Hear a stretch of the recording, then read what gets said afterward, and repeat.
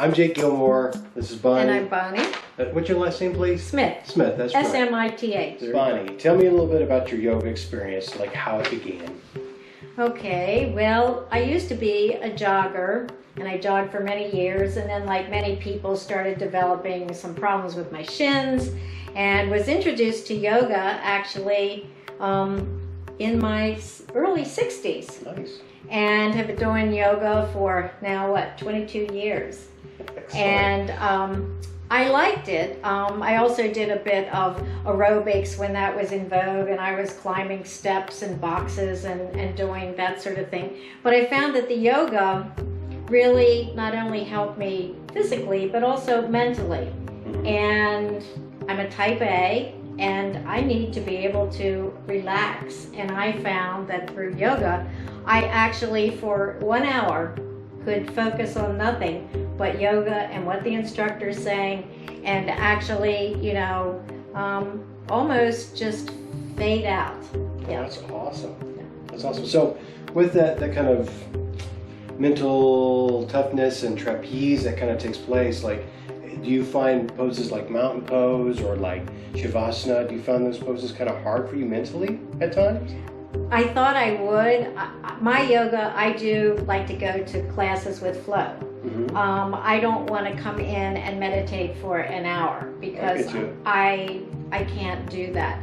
But I found if I go through a yoga class at the end by, the meditation time, I am ready and I'm in a different place because for 1 hour or 45 minutes, I've turned off the outside world, and then I can assume this. And I find it actually kind of strange that I could be lying on the patio outside. Here I am lying on the ground, looking at the clouds, and I'm just spaced out. And I think, most people our age, if you're not doing yoga, do you ever go outside and lie down and look at clouds? I don't think so. That's a very good point. I don't think so. I like so that. I think it's really peaceful. And I remember once talking to Jay about I really wanted to try yoga in the snow because I sort of wanted to lie down and do snow angels, but I'm probably rethinking the whole snow thing. Yeah. We have to layer up for that one. Yeah. Yeah, I'm rethinking the snow. Yeah. Well, I love that. I love that perspective of getting to an age point and how often do you actually go outside and just like lay on the ground and look at the sky. And the thing is, I'm doing it there with other people. I mean, I'm just not there by myself, but we're all there and we're all quiet, and it's just really, really relaxing. So do you find or feel that doing that with others is a little bit more impactful for you, the fact that you're with your community in a way, or? Yes, because if I do yoga by myself, like during COVID, mm-hmm.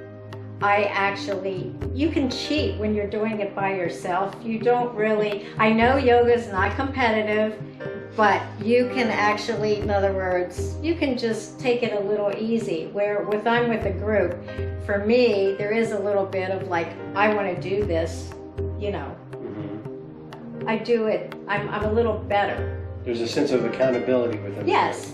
Okay. Yeah, and you can't just wander off and do kind of, well, you can do what you want in yoga, but sure. I think I need some discipline of the class. Sure. I love that.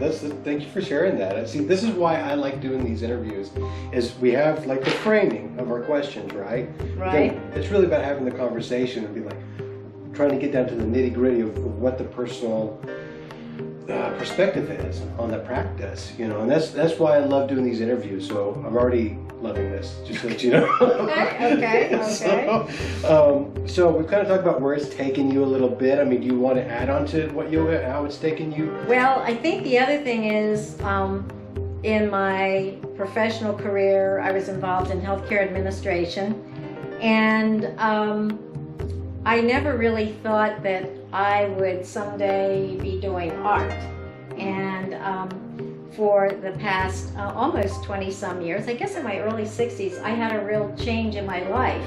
I started the yoga, I started exploring art and became a ceramicist and did that for I would say 15 years, went to Penland School of Arts and Crafts, which was a life-changing experience for six summers. Mm-hmm. And then about 5 years ago, got involved in doing stained glass, which I found I love. Stained glass is great for a type A person because you've got all these pieces.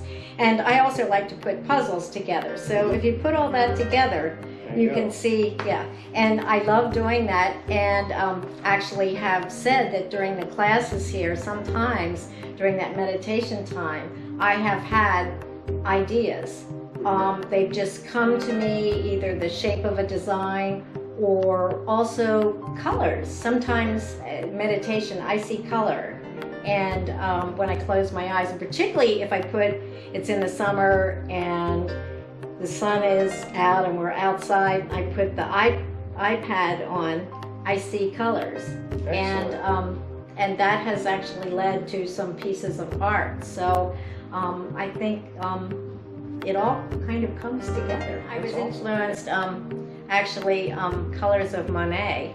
I was influenced by seeing an exhibit somewhere at I think at the Biltmore, but then actually the colors, it wasn't really clear, and also how was I going to interpret his impressionist style with my looking, square pieces and sort of my Frank Lloyd Wright approach with squares. So it all kind of came together, how these lilies were going to appear in my picture. Yeah. Nice. So it did. Very cool. So did you do any type of the perspective work that Monet usually will do? Because usually, from afar, Monet is like, when you get up really close, you can kind of see, did that kind of happen for you as far as like, when looking at the art that you made at a distance? Is there a difference? Is there those different phases? Well, there is, but at stained glass, light plays a really big role in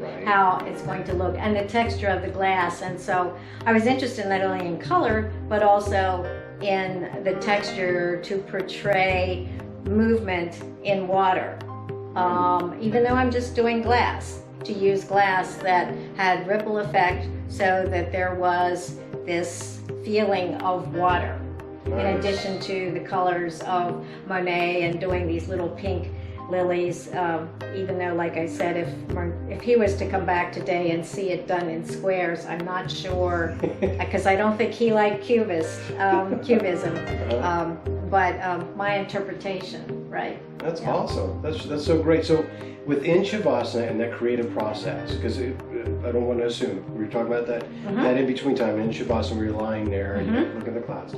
You're not really focusing on anything. It's like what they talk about in the yoga theory of where true nirvana lies, is not doing the breath. It's the hold of the breath and the exhale of the breath. So you're right in that middle space. You're not even necessarily thinking about art. It just comes up.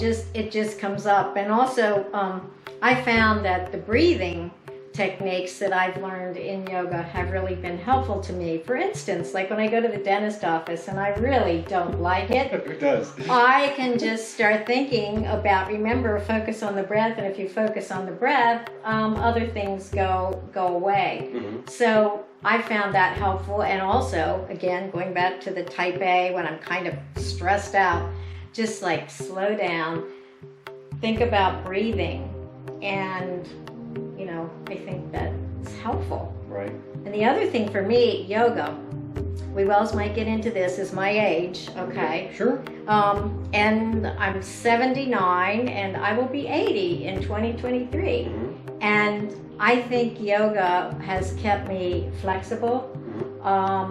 And being able to move. I know, it's genetics and other things too, but I think the yoga really has, allowed me to do that. And I think, like when we do squats, for instance, squat all the way down, yes, and all the way up, no hands, yes. So, I think that has been the flexibility and balance. Even though balance, I think I indicated in the interview questions that, you know, what was my favorite pose? What did I really like? And I'm like, oh, I love mountain pose.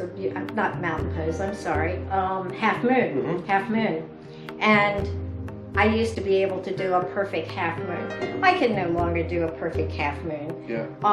And because my body has changed, but there are other poses that I can still do that are, you know, if I look around, I might be able to do something somebody else can't, and I'm like, ha ha, you know, I can still do this. And I think it's only because of a regular practice of yoga. And I don't think, if I'm not here a couple times a week, I also walk, but I miss it, and I think it has to become, you know, part of your life. In order to maintain or to get that help with your flexibility. And like I said, the balance procedures are the most challenging for me still in yoga. I find also strength, like being able to do a side plank or planks, building, you know, strength, even though sometimes those arms shake a little bit, and working on the core. Core is really important, and I like the fact that, hey, I'm going all the way back, and then maybe here, and some other people are down, and I'm still, you know, good. So I think that's, you know, important too. So a lot of good things for me from yoga. Absolutely. A lot. Well, I'm hearing you talk a lot about the physical aspects of your balance and the flexibility, but also in the, I think you said that you never saw yourself as being someone artistic, but as you entered in with yoga, it sounds like there's this flexibility to where you opened up your mind to where you went into ceramics. What was the word? Ceramics was first. Okay, all right. Well, what's the word that you use for that? I don't think I've ever heard the... Ceramicist? Ceramicist, yeah. I was like, oh, that's a new word. I gotta Well, and another thing I found with that particular thing was having to handle clay comes in these 25-pound lumps, and so when I was getting older, it's like, this is really heavy, whatever. So hence the movement into glass. So now I just have lots of cuts generally on my fingers and hands from the glass, because it just is something that, you know, something that happens. Wow. So, and I want to say something else about yoga. Please.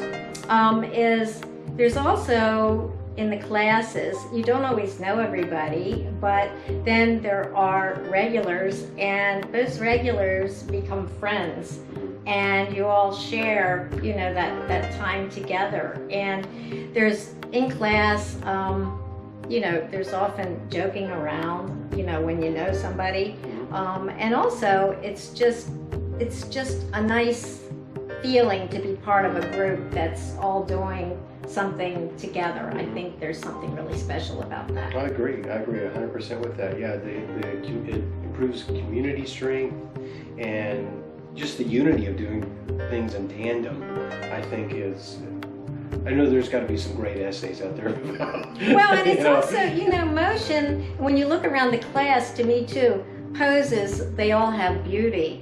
And I also, because I think I look at the outlines of things, I maybe appreciate that, and wanting to see, in other words, like, okay, how good can I do a triangle? How, you know, actually thinking about the shape of how it is, the shape, because shapes are important to me because of art. Right. So that's another thing, and that can also inspire me.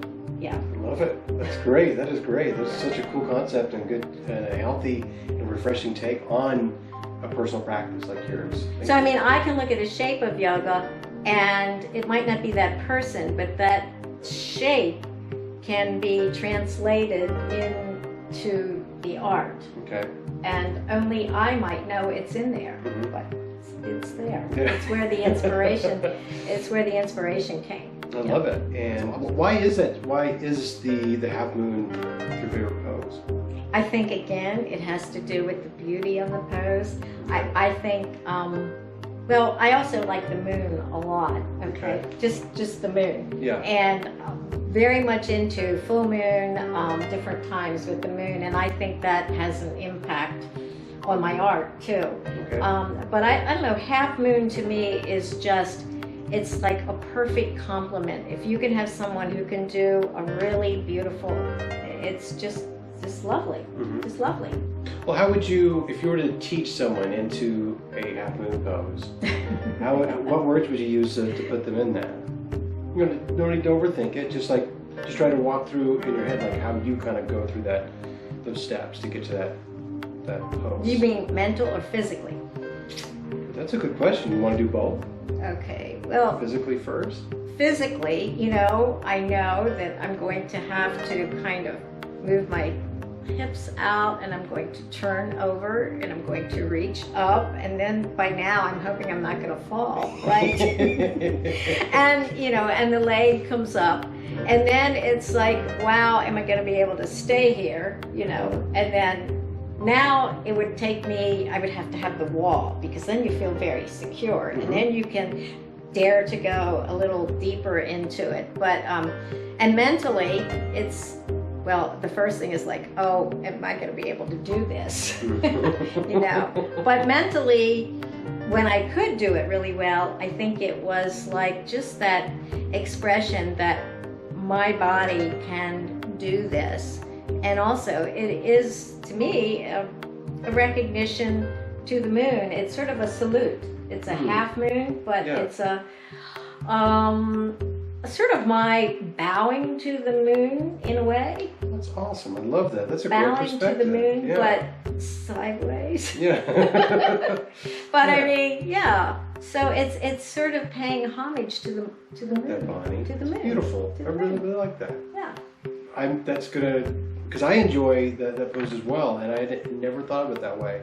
So thank you for sharing that perspective with me. That's gonna make it all the more enjoyable and interesting. Right. Thank right, you. Right. So we kind of talked a little bit about what you do when you're not practicing yoga, a little bit of the glass and the glass art, stained glass, and you also said that you do a little bit of volunteering for the Heart Theater. Do you want to talk about that a little bit? A lot. I could never be on stage because I can't really, I don't understand how they can memorize so many different things. For me, that wouldn't be it.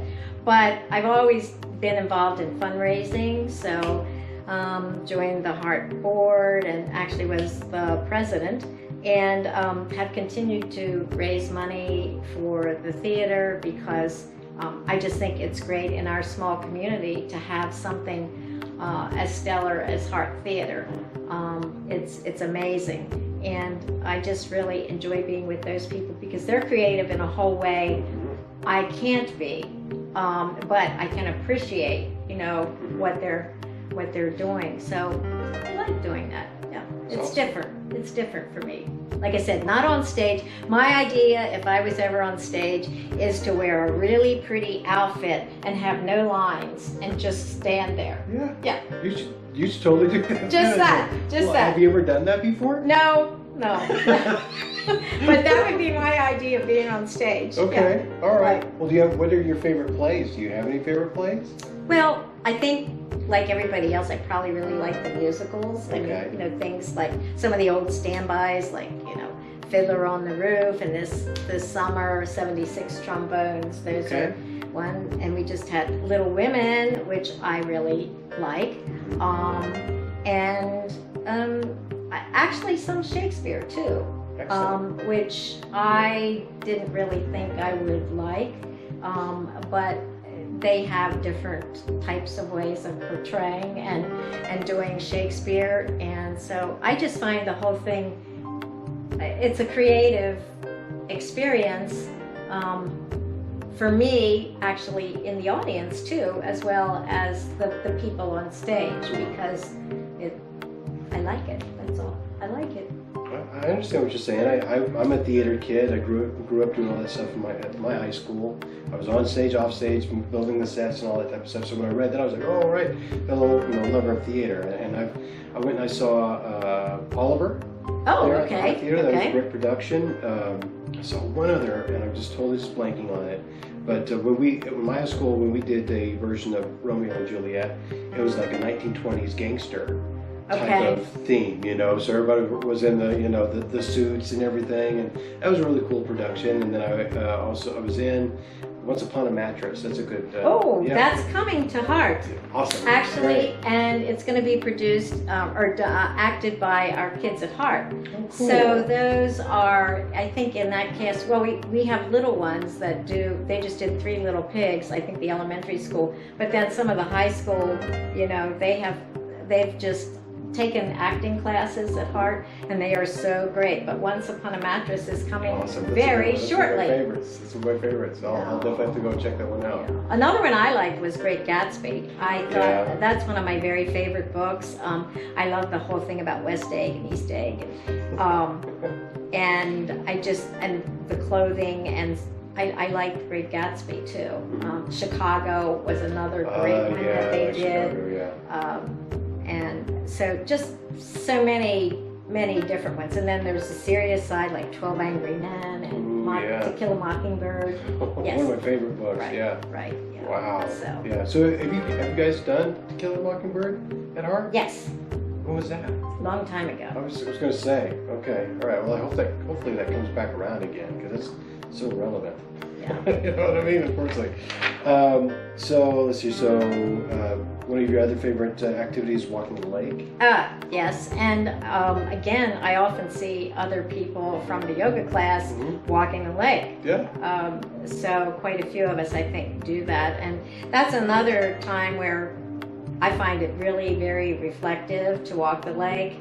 And even though, you know, you say hello to people and people with dogs and whatever, I just find it's a really good time to kind of chill out and think about things. Yeah. So I find that very, very peaceful to walk the lake. Yeah. I agree. Plus, it's good exercise. I agree. At least 2 to 3 times a week. Yeah.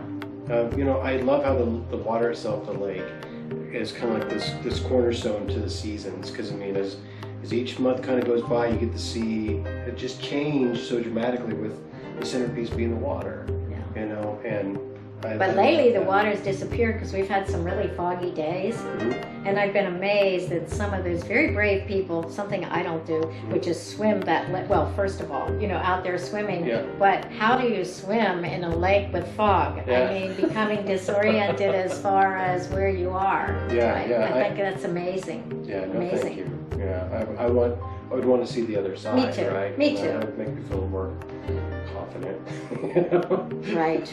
That's crazy. Right. There's a couple times out there where I saw some people where they actually they like attached like a floating device on them, you know, and I think they started over. Oh my gosh. By the big hotel and came all the way all the way over. You know, that was impressive. And they're a little bit older than I was. Respect, you know. Yeah, me too. Yeah. So, tell me something funny or unexpected about you. Well, I think the one that I use, only because funny, there's probably a lot, but we're not going to go there. But unexpected would be that I have 2 children, and my daughter was actually born in Cuba. Okay. So that is different. Wow. Yes. So what was it like living in Cuba?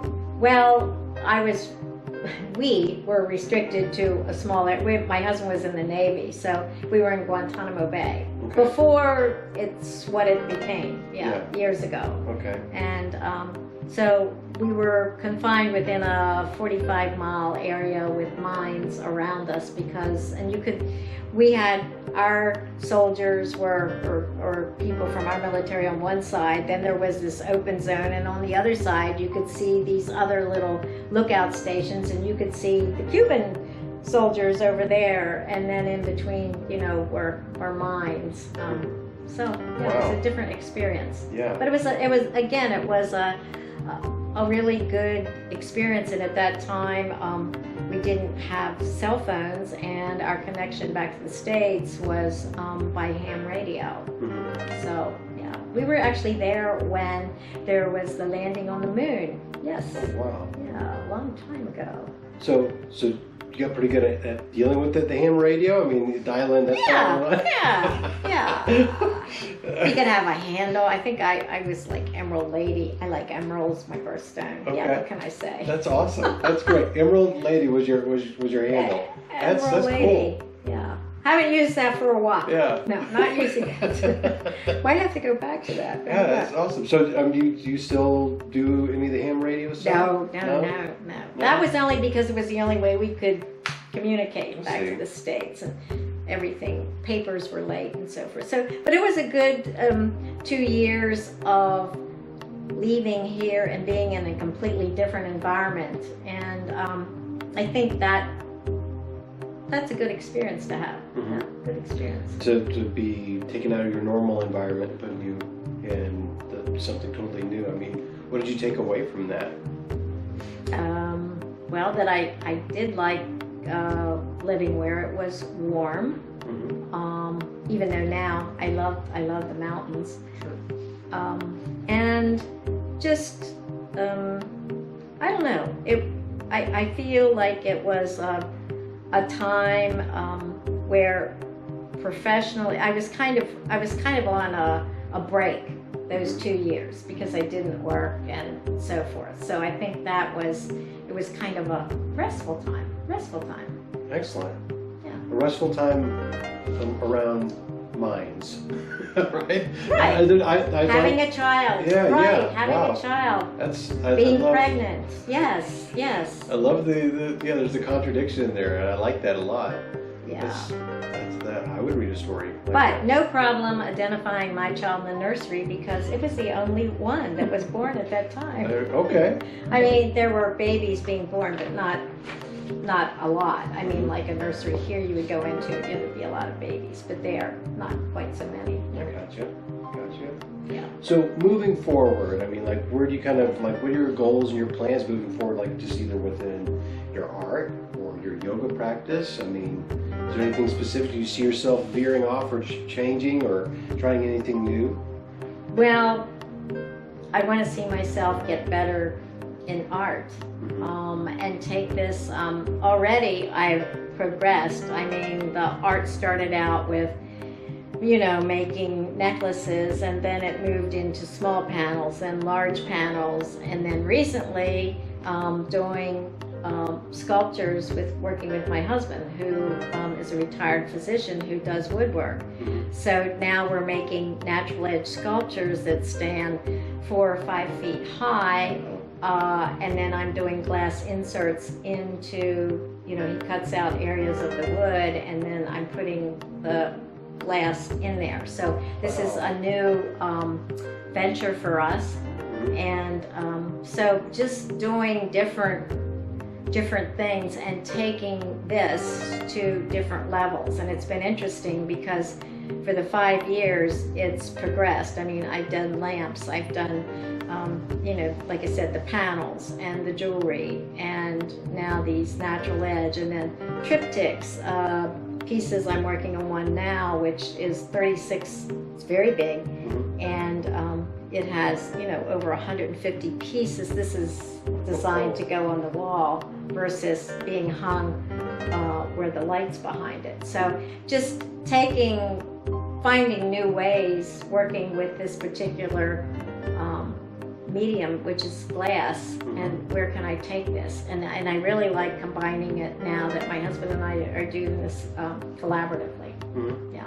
If you don't mind me asking, what's it like working with your husband in that creative space? Great. It is great? Yeah, because he doesn't, I control color because he's colorblind. So as a woodworker, you're only really thinking about maybe the hues and the light, dark, whatever. But for me, color is crucial. So I get to pick the color, and also, and I do the designs. Yes. So. That's awesome. I like that. That's a good answer. Yeah. Awesome. And we really enjoy it. And sometimes he'll come with a piece of wood. Like I found this beautiful piece of walnut, and what do you think we can do with that? And so we play it back and forth because it's my idea for where the stained glass should be, and then his about, well, I want to maintain this edge of the wood, and also I want to maintain this color, or like here's a really interesting aspect of this wood, and so we want to work around that and accentuate it. So, and we've also inserted in some pieces agate slices for a natural. In fact, I've been doing a lot of work with agate slices recently too. So that seems to fit with that too. So these are all, you know, different things that 2 years ago I wasn't doing. You know, so sounds like you had a lot of new things on the forefront there that you're but working with. in order to be, there's this thing about art that I've heard, that in order to be really good with something, you have to do 100 of them, and then you have an idea how to do it.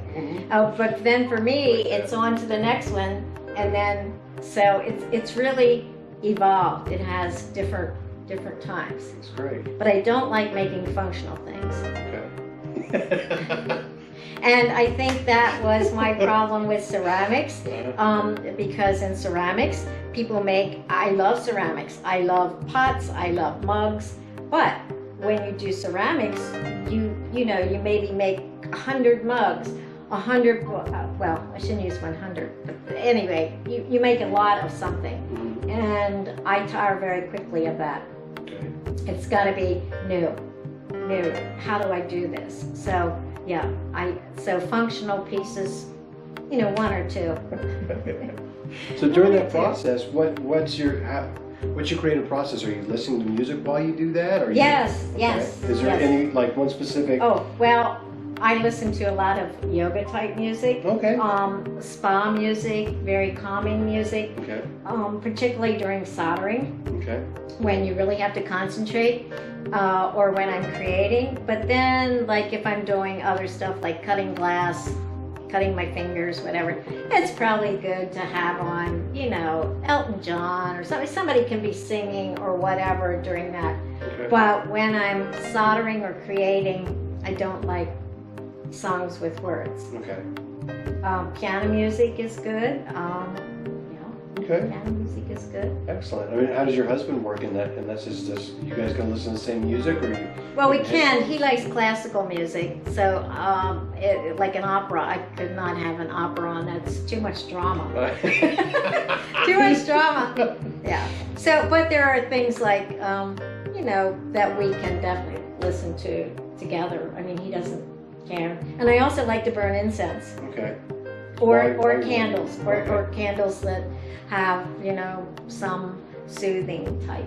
Yeah. So like, let me take a step in the dark, like lavender? I love lavender. Okay, so is that kind of like when your go-tos, like you got your music going, piano music, or you're kind of like possible chanting or anything like that's going on as far as like the yoga music that you put on? Yeah. You know? It can be flutes. Okay. Flutes. Okay. Flute music from South America. I think I have quite a bit of that. Excellent. Also some from out west. I like that. Flutes. Okay. Flutes. Awesome. So just kind of like a little side note here. What books are you reading? Well, I just finished one called The Kitchen House. Okay. Which really was it was back in the days of slavery, but it was dealing with, the kitchen house was where some of the slaves lived and worked because they were doing food for the house. And there's this whole part of this different, in other words, they're the house servants, they were the kitchen servants, and there were like all these different levels. And, you know, I certainly knew about that, but I didn't know that in some ways, you know, that their interface, in other words, even though they were all slaves, there was a difference. There was a class difference just because of where you worked. And then it also got into not only their lives and, of course, what was happening maybe between the owner, the big man in the big house, and with one of the female slaves, but then also really about his wife and how the wife of the plantation owner, how they sort of overlooked what was really happening, that it was accepted. Just, you know, all of this class, I I'm using the word class, but the difference is in these groups on this plantation. And I enjoyed that a lot. Okay. What did you take away from that? Like, I mean, as far as like, did you feel like anything emotionally that you learned from it, that you grew from it, or do you feel more enlightened? I feel more enlightened, I think, about that, because I don't think I ever really thought about how the wife of the owner, you know, how she really just disregarded this, what was happening a lot, you know, particularly sexual type approaches. And I just, you know, I found that just something I'd never really thought about before.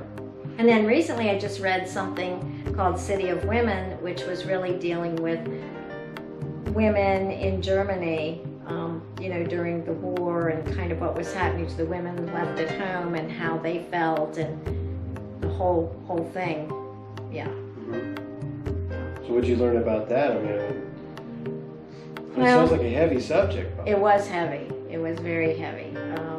Well, because the woman left at home, absolutely, she fell in love too with a Jewish man, and that was very complicated because she was German, and I don't know. I wondered if it had been me and I had some of the experiences that she had. It turned out then she ended up helping Jews escape out of Germany. But, and her husband was a soldier, a German soldier. So that whole thing just was like, some of these books, it's just make me think about how I would act in those situations. That's all. Gotcha. Because I mean, a lot of these two books that you're so kindly sharing with us is this idea of labels and how they can be so like detrimental in ways, right? And I think that's all worthy mind food to be giving yourself to, you know. Yeah. Commend you for that.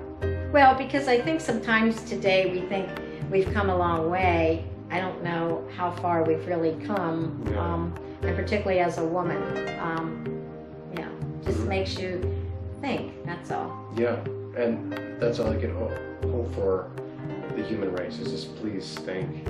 Like, don't become like stale water. Stale water breeds disease, right? You want to be in a flow, be thinking, and grow. I mean, so much of this interview, this conversation is, I think, by around your 60s, you said that's when you felt like there was this change and growing. And so I think if there's a theme to be highlighted within our conversation is that ability to change and to grow. Right. Well, and I also think of life as seasons. And I do think, you know, next year I'm sort of entering winter. So it's interesting if I look back in terms of, you know, 20 years about where was I in my life, you know, watching those turns. And I would say pretty much I seem to turn on that, you know, and make a change. That's excellent. Yeah. That's excellent.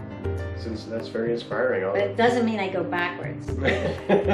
I go forward. I may find different things. Like I think an example was the ceramics, and finding I was starting to have difficulty with these huge, you know, hunks of clay. But finding another artistic outlet, which is now taking me to another place. So hopefully, you know, I'll continue that growth. It just may be different. Absolutely. Well, I mean... And I'm dreading chair yoga. You're dreading chair yoga? Well, yeah. I'm thinking about, well, you know, when you get really older, you know, there's always chair yoga. But, you know, I'm putting that off for a while. Do you feel like it sounds like you have a little bit of like a negative connotation with the chair yoga. I mean, do you want to unpack that at all? I mean, or you can keep it to yourself too. No, I mean, I just want to be able to still move, and I want to be able to, you know, do a sun salutation. Sure. And but I mean, I do realize that when you get older, you can't move as well, like the hips and so forth. So yes, so there is hope for the chair yoga. I just not there I see yet. what you're saying. Not Okay. there yet. All right, Not appreciate there that yet. perspective. I'm not being negative. I was being negative, wasn't I? Just a little bit. Just accountability amongst friends. Okay. All right. It's okay. I don't think I should have said that. You're fine, buddy. I Don't don't worry think I about should have it. said it. You're fine. You're Oh, fine. yeah. So, I mean, just coming to the end of the old conversation here, I mean, is there anything else that you'd like to share with me or the people who watch, or really our fellow kind of community family here? I mean, any bit of wisdom or anything else that you'd like, boy, I wish I would have said that. No, I think I'm really glad. This is a little plug for the yoga studio here, but I've certainly talked to a lot of people about it, and I do feel that we're so fortunate. Again, just like the Heart Theater, we're very lucky to have the caliber of the yoga studio that we have available. And I think that's great. And the, being able to be outside is another whole experience that so many yoga studios don't have. Yeah. And so I think that's really good, and it's good for when we have tourists who come. It's, something that they enjoy too. So I think, I love yoga and I just want to keep doing it. Excellent. Well, we love seeing you, and we really appreciate your time today. And look forward to this, share smiles and laughs and, just moving forward. And please email and send some of those pictures of Oh, some I of your did art, forget something funny. Was on my birthday, I did do goat yoga this year and took some of the friends actually I've made in yoga, and we did goat yoga. Excellent. And I have to say that is pretty funny. Okay. Yeah.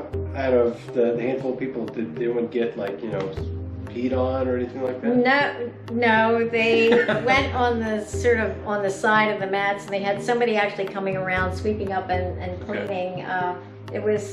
It wasn't exactly, that was not a time to meditate. It was because it was laughing at the goats, but it was just fun. Good. Again, to do, it was experiencing that with others was really fun. That's awesome. That's awesome. I don't think Jay's gonna have that here. I just don't know where we keep them. Yeah. I don't think we're gonna see goat yoga here. Not anytime soon. No. But I mean, just as in my reply there, that's where my fears go. Is like what happens when they have to make, and that's just my biggest fear to the whole thing. I love goats, but but I'm glad you had a good time. It was fun. It was fun. I don't know that I would do it all the time, but it was a fun experience. So that was a really fun yoga thing. Yeah. Where can we? I mean, do you sell any of your art pieces anywhere? Where can we find that? I'm in Gallery Zella in Bryson City and Seven Sisters in Black Mountain, and then occasionally have had things here in the Haywood Arts Gallery. Yeah. Go, Bonnie. Excellent. Yeah. Congratulations on that. Yeah. That's awesome. But yeah, seriously, email some of those pictures for us. I'll put them up while we do this. Okay. And so, I mean, again, if there's anything else that you can't think of that you'd want to share, we can. No, I probably shared too much. Yeah. No, it's excellent. I shared too much.